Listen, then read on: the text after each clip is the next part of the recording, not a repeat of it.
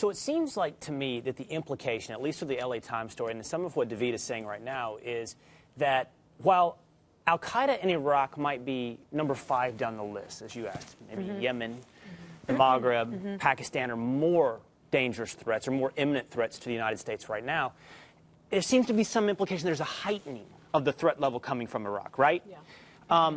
Then the question becomes why. And again, when I listen to David's answer to your question, Jedediah, what should the reaction be? It seems to be somewhat of a re-engagement from the United States military at some level in Iraq. So my question, I'll go to you with this, Buck, is the dividing line here the United States presence in Iraq? Is it prior to our drawdown, it was less of a threat, and now that we've drawn down, it's more of a threat?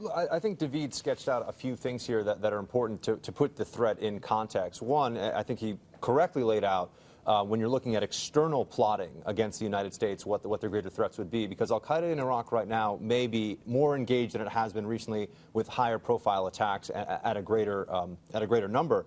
But the reality is that they've always been most focused on Iraq. Right. And that as they reconstitute themselves, if they can get, let's say, foreign fighter networks reestablished that have been somewhat dormant in recent years, they would want to try to bring about the fall of what they see as a Shia government in Baghdad that is oppressing the Sunni. And so when you talk about violence in Diyala, for example, that's been a flashpoint for sectarian violence in Iraq going back for years, going back to the darkest days of what was essentially a civil war in Iraq during the U.S. occupation there. So again, Al-Qaeda in Iraq making these statements has a very distinct propaganda value, and as David says, that needs to be taken seriously, but I think it is more propaganda because at the end of the day, Al-Qaeda in Iraq wants to bring about the fall of the government in Baghdad. When you say more propaganda, you say more propaganda than serious threat.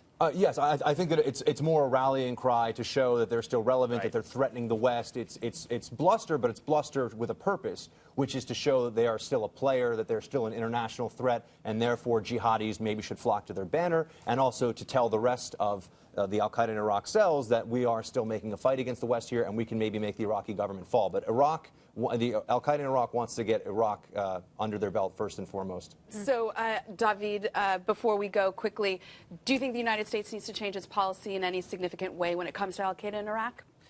It may have to change it in small ways. I mean, as I said, we still have troops within the region, and we certainly have some ongoing security arrangements with the Iraqi government. These aren't particularly public, so it's difficult to say whether there needs to be some changes to those security arrangements to help them more. But in terms of major changes, my answer is no. I don't think we need to make a major change in light of this announcement. All right.